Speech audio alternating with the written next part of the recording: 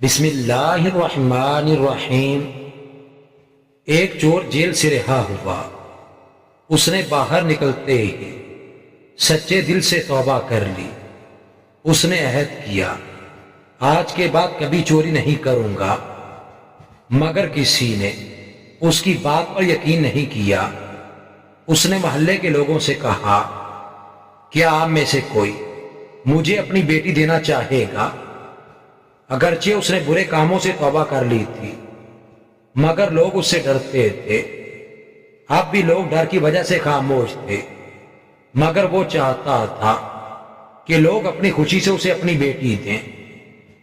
لوگوں کی خاموشی دیکھ کر وہ وہاں سے جانے لگا۔ کیا تم مجھ سے شادی کرو گے؟ یہ آواز سن کر وہ بڑی تیزی سے پلٹا۔ یہ کون عورت تھی جو اس کے بارے میں سب کچھ جانتے ہوئے خود شادی کے لیے کہہ رہی تھی؟ وہ پلٹا تو اس عورت پر نظر پڑی۔ وہ ایک طوائف تھی جو اس کے محلے کے آوارہ مردوں کا دل بہلاتی تھی۔ وہ سوچ میں پڑ گیا۔ اس کے سامنے کھڑی طوائف مسکرانے لگی، جبکہ ارد گرد کھڑے لوگ اس صورتحال پر حیران و پریشان تھے کہ اب وہ کیا فیصلہ کرتا تھا۔ اگر تم میرا ماضی بھلا کر میرے ساتھ شادی کرنے کے لیے تیار ہو تو میں بھی تمہارا ماضی بھلا کر تمہیں اپنی زندگی میں شامل کرنے کے لیے تیار ہوں۔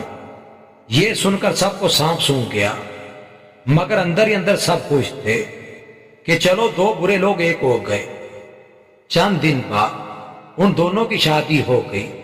محلے کی عورتیں خوش تھیں کہ کوٹھے والی اب کسی کے گھر والی بن گئی تھی، اس لیے ان کے مرد بہکنے سے بچ گئے، جبکہ مرد خوش تھے کہ اب اس چور سے ان کی عزتیں محفوظ تھیں۔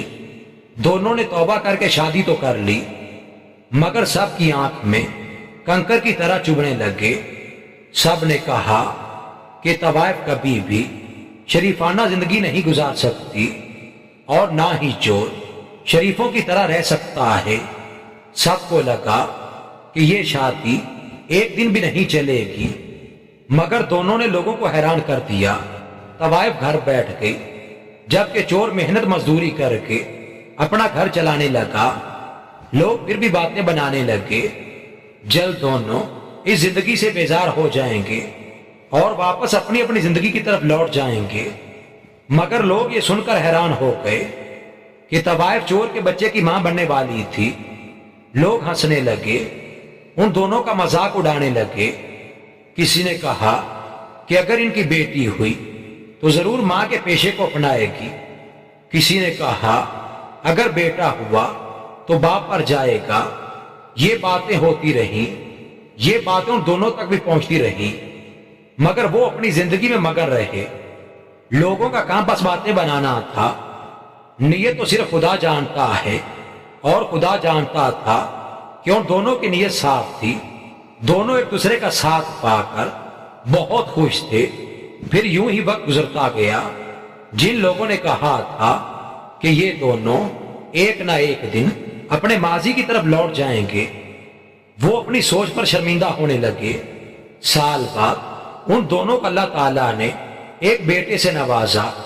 دونوں نے اس کی تربیت پر جان لگا دی، کیونکہ وہ نہیں چاہتے تھے کہ لوگوں کی کہی ہوئی باتیں سچ ہو جائیں۔ ان دونوں نے ایسا بھی وقت دیکھا تھا کہ گھر میں کھانے کو کچھ نہ ہوتا اور بچہ بھوک سے روتا رہتا۔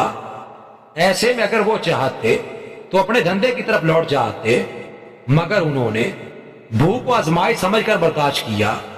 ان کا بیٹا بڑا ہوا، انہوں نے اسے اچھی تعلیم دلائی، خوب پڑھایا لکھایا، یہاں تک کہ وہ حافظ قرآن بن گیا۔